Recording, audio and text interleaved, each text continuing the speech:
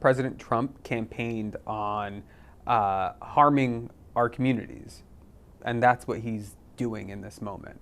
And he's delivering on his campaign promises, as he did in the first iteration of Trump 1.0.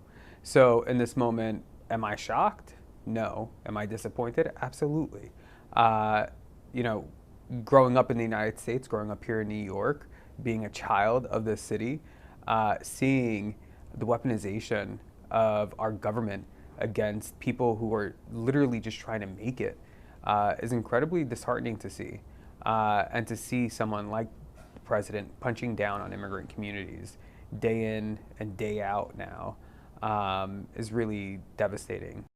Just yesterday, President Trump signed an executive order trying to undo birthright citizenship.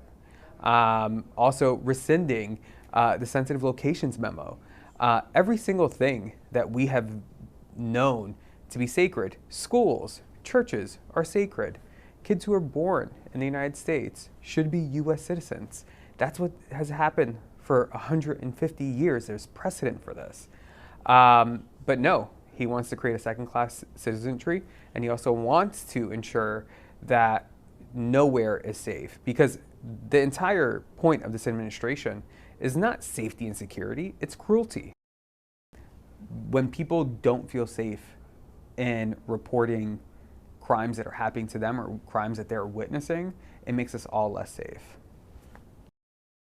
First and foremost, if ICE shows up to your door, don't open. Ask if they have a judicial warrant signed by a judge. And if they do, then you must open. But more than not, they will not do their job and get that. So for the most part, people can stay shielded in their homes and not have, not be entrapped in this system. People have the right to remain silent, and they should do that if they engage with ICE. Another thing is you should not lie to immigration officials either. And you should go back to the other recommendation that we give people is you have the right to remain silent, stay silent. And then people have a right to an attorney. Not that one will be provided for them, but they have a right to one. For those who are in city services and just the general immigrant population in New York City, what we are saying, and across the state of New York, is that we want people to understand what their rights are. You never know what will happen if ICE shows up to your door looking for someone, maybe not even you, but looking for someone else. Knowing what your rights are at home, in the street, and at work, because that can also help save their lives here.